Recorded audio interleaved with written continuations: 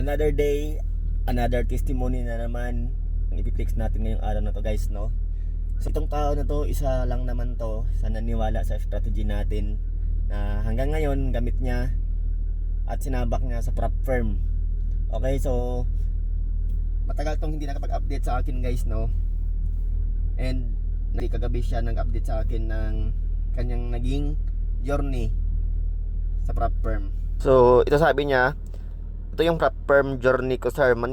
Maniniwala ka, yung punan ko is 9.99 lang. Bumili ako niyan last year. So, tapos ito yung resulta.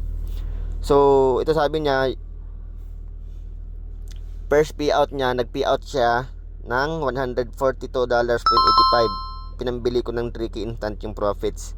Tapos dito yung picture ng pangalawa, 0.99. Tapos kumita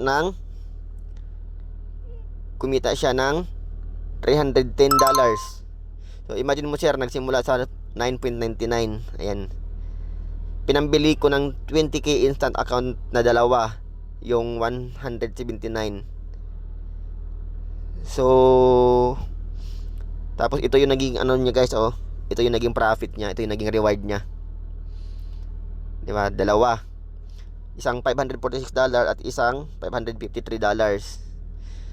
Tapos dito sabi niya, tas yung 553, yung isang 20K account, trade ko pa din yung dalawang 20K account, tas nag-withdraw ako. Ito yung naging withdrawal niya, guys, 1,306 at saka 2,091.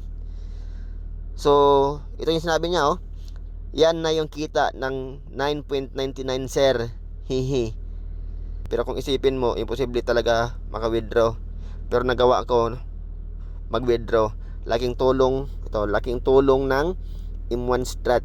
Sobrang hirap nun, guys.